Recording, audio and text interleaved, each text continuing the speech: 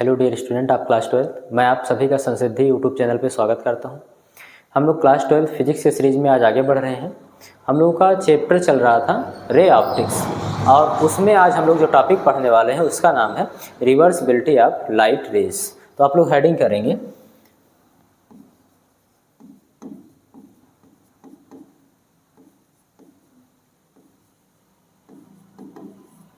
Reversibility of light raise.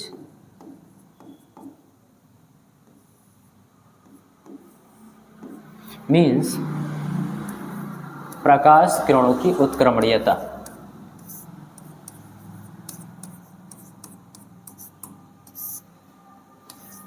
प्रकाश किरणों की उत्क्रमणीयता।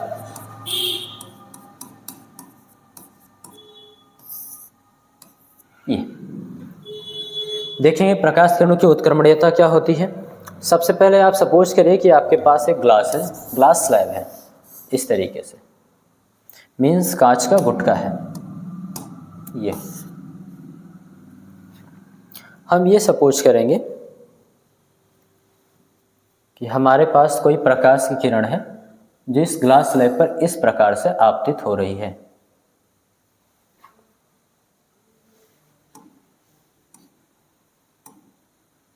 ये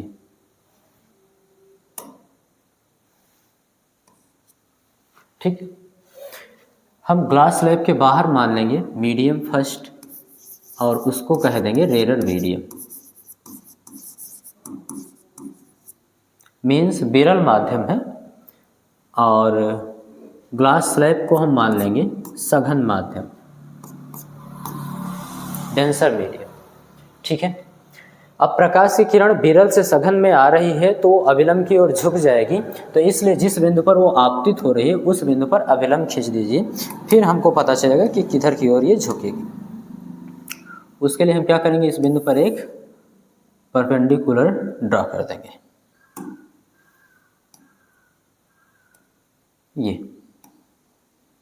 ये आपका आपतन बिंदु पर खींचा गया अभिलंब हो गया।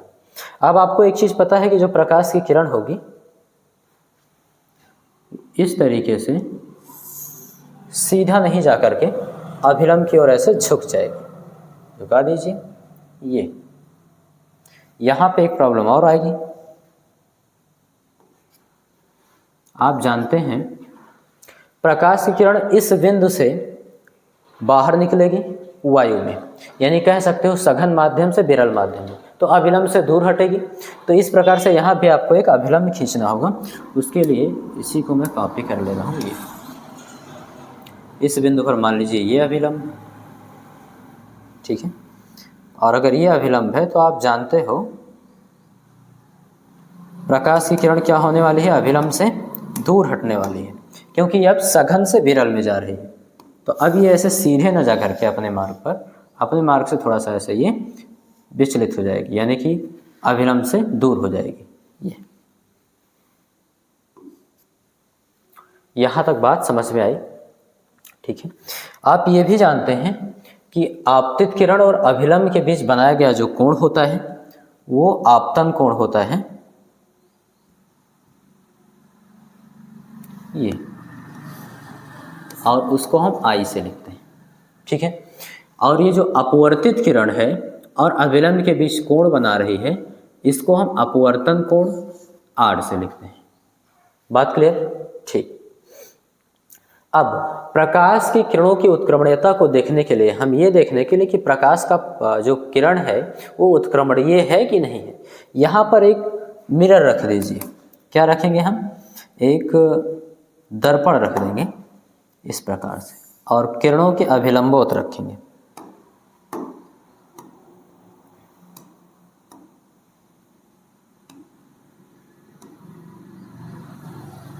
इस प्रकार से ये क्या है, दर्पण होगा एक। और किस प्रकार से रखा है? अभिलंबोत, मीन्स यहां पर ये 90 डिग्री का कोण बनाएगा। अब आप जानते हो कोई भी प्रकाश की किरण अगर दर्पण पर अभिलंबोत गिरती है, मीन्स अभिलंबोत आपतित होती है, तो वो उसी मार्ग पर वापस लौटती है। यानी कि I बराबर 0 है तो R बराबर भी 0 होगा परावर्तन के नियम से, इसे उसी मार्ग पर ऐसे वापस लौटेगी। देखिए इस प्रकार से इससे टकराएगी और टकराने के पश्चात वापस इसी मार्ग पर ऐसे लौटेगी। अब यहाँ भी आप जानते हो प्रकाश की किरण रेयर से डेंसर में जा रही है, मीन्स विरल माध्यम से सघन माध्यम में जा रही, तो अभिलंब की ओर झुकेगी, तो अभिलंब की ओर ऐसे ही इधर की ओर झुक जाती है, यानी इसी मार्ग पर वापस जाती है। फिर यहाँ भी आप जानते हो सघन से विरल में जा रही तो अभिलंब से ऐसे दूर हटेगी, तो ठीक है इसी मार्ग पर ऐसे वापस जाते हुए दूर भी हट जाती है। इसको लिख लीजिएगा, ये डेंसर मीडियम है।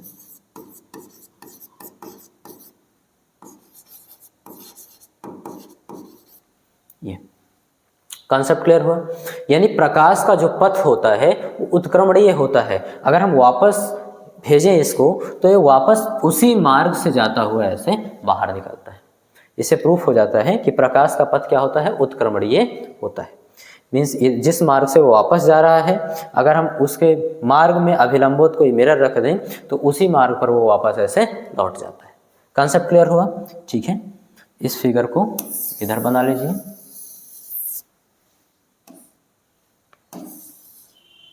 ये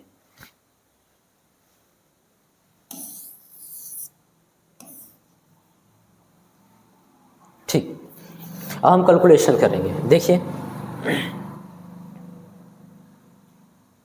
लिखेंगे क्या,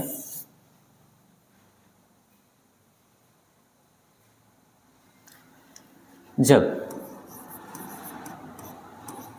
प्रकाश किरण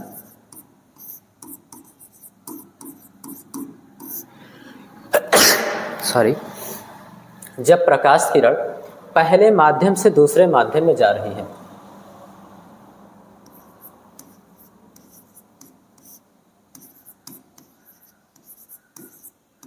पहले माध्यम से दूसरे माध्यम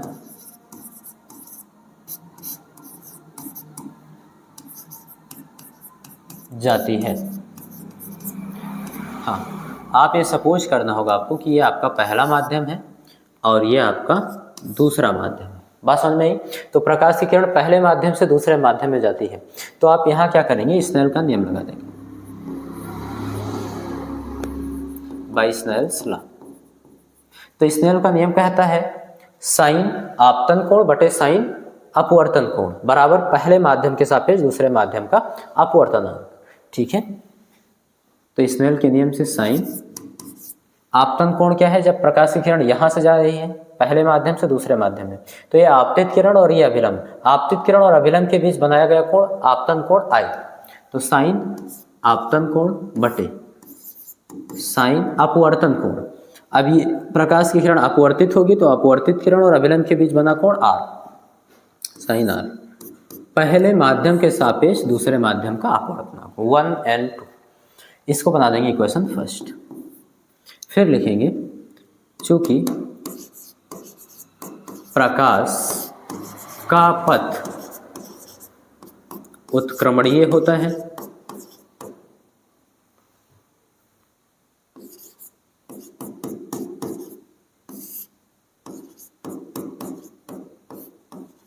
ये इसलिए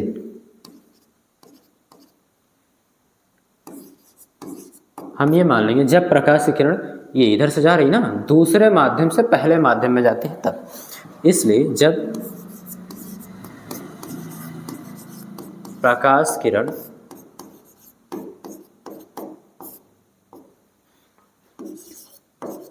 दूसरे माध्यम से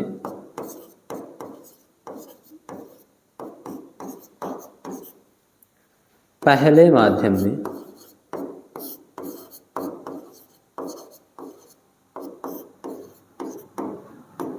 प्रवेश करती है,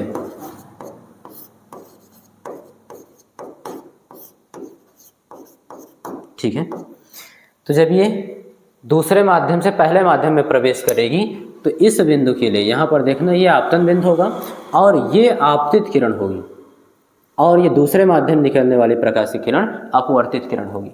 तो मैंने लिखा क्या, जब प्रकाश किरण दूसरे माध्यम से पहले माध्यम में प्रवेश करती है तब आप स्नेल का नियम लगाइए, देन तब स्नेल्स लॉ। तब स्नेल के नियम से साइन आपतन कोण बटे साइन अपवर्तन कोण, तो लिखेंगे क्या, साइन आपतन कोण। अब इधर से दूसरे माध्यम से प्रकाश की किरण पहले माध्यम में जा रही, तो दूसरे माध्यम से जब प्रकाश की किरण आ जाएगी तो ये आपतित किरण और ये अभिलंब, आपतित किरण और अभिलंब के बीच बनाया गया कोण आपतन कोण आर, यहाँ पर आपतन कोण आर होगा बटे साइन अपवर्तन कोण। अब प्रकाश की किरण दूसरे माध्यम में जो गई हो वो अपवर्तित हुई है, अभिलंब से दूर हटी, ये अपवर्तित किरण और ये अभिलंब, अपवर्तित किरण और अभिलंब के बीच बनाया गया कोण अपवर्तन कोण आई बराबर दूसरे माध्यम से पहले माध्यम में प्रकाश की किरण गई है तो दूसरे माध्यम के सापेक्ष पहले माध्यम का अपवर्तनांक मीन्स 2n1, 2n1। इसको बनाएंगे इक्वेशन नंबर 2, ये हो गया। अब देखिए लिखेंगे क्या, थोड़ी सी जगह बनाएंगे,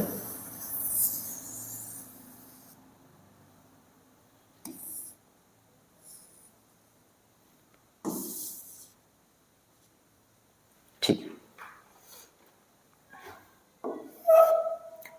ना। अब हम इन दोनों का गुणनफल करा लेते हैं, इक्वेशन फर्स्ट और सेकंड का।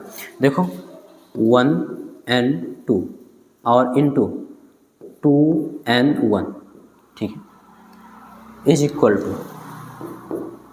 1n2। तो 1n2 की वैल्यू आप इक्वेशन फर्स्ट से sine i upon sine r रख दीजिए, तो यहाँ पर लिखेंगे sine i upon sine r और गुणे, फिर 2n1 है तो 2n1 की वैल्यू आप इक्वेशन सेकंड से रख दीजिए sine r upon sine i, sine r upon sine i, ठीक है। तो साइन आई से साइन आई कटेगा, साइन आर से साइन आर कटेगा, एक बचेगा, ठीक है। यहाँ देखेंगे 1n2 into 2n1 is equal to कितना बचा, 1। ये आपको बॉक्स बना लेना, ये होता है। या फिर 2n1 is equal to 1 upon, देखो 1n2 मल्टीप्लाई में था, उधर जाएगा डिवाइड में हो जाएगा, तो 1n2 मीन्स आप कह सकते हो कि दूसरे माध्यम के सापेक्ष पहले माध्यम का जो अपवर्तनांक होता है वो 1 बटे पहले माध्यम के सापेक्ष दूसरे माध्यम का अपवर्तनांक होता है। ये बहुत ही इम्पॉर्टेंट फार्मूला है, इसको आप याद करके रखेंगे कि पहले माध्यम के सापेक्ष दूसरे माध्यम का अपवर्तनांक, हाँ इसको भी रोक सकते हो, 1n2 पहले माध्यम के सापेक्ष दूसरे माध्यम का जो अपवर्तनांक होता है वो 1 बटे 2n1 के बराबर होता है, दूसरे माध्यम के सापेक्ष पहले माध्यम के अपवर्तनांक के बराबर हो जाएगा। ये चीज़ आप याद रखेंगे, बात समझ में आ रही है। और इसका उपयोग कहाँ करेंगे हम लोग, तो वो भी जान लीजिए आप कि आपको दिया जाएगा, जैसे दे दिया गया, कहा गया भैया कि वायु के सापेक्ष मीन्स एयर के रिस्पेक्ट में कांच का अपवर्तनांक ANG, वायु के सापेक्ष कांच का अपवर्तनांक 1.5 है, ठीक है। तो आपसे पूछ लेगा कांच के सापेक्ष वायु का अपवर्तनांक कितना होगा, मीन्स GNA, ग्लास के रिस्पेक्ट में ईयर का रिफ्रैक्टिव इंडेक्स क्या होगा, अपवर्तनांक क्या होगा, बहुत ही आसान है, अभी तो आपने पढ़ा है। GNA जो होता है 1/ANG होता है, ठीक है। तो 1/ANG की वैल्यू तो दिया है 1.5 रखेंगे, आंसर ले लेंगे। बात समझ में आ गई। तो ये फार्मूला आपको याद रखना है, बहुविकल्प में ज़्यादा आपसे पूछा जाता है। चलो और देखते हैं, स्टार बना के लिख लीजिएगा। मान लीजिएगा आपके पास 3 माध्यम हैं जिनके अपवर्तनांक क्रमशः n1 n2 n3, या इस टाइप से लिख लीजिएगा।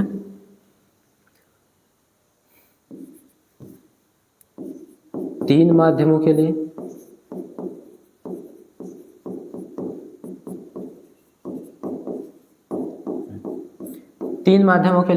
तो 3 माध्यमों के लिए देखिए 1 n2 इंटू, ऐसे आप कोड याद कर लीजिएगा 1 2 3। तो पहले माध्यम के सापेक्ष दूसरे माध्यम का अपवर्तनांक, दूसरे माध्यम के सापेक्ष तीसरे माध्यम का अपवर्तनांक, तीसरे माध्यम के सापेक्ष पहले माध्यम का अपवर्तनांक। तो 1n2 इंटू 2n3 मीन्स दूसरे माध्यम के सापेक्ष तीसरे माध्यम का अपवर्तन, फिर तीसरे माध्यम के सापेक्ष पहले माध्यम का अपवर्तन, means 3n1 is equal to क्या होगा 1। ठीक इसी प्रकार से हो जाएगा, जैसे 1n2 into 2n1 is equal to 1 होता है, वैसे 1n2 into 2n3 into 3n1 is equal to 1 हो जाएगा। तो आपका रिवर्सिबिलिटी ऑफ लाइट क्लियर हो गया, मीन्स प्रकाश किरणों की उत्क्रमणीयता टॉपिक खत्म हो गई। उम्मीद करते हैं आपको समझ में आया होगा, स्क्रीनशॉट ले लीजिए, और अगर समझ में आया है तो चैनल पे नए हैं तो चैनल को सब्सक्राइब कर दीजिए और अपने दोस्तों के साथ ज़रूर शेयर करिए। Thank you.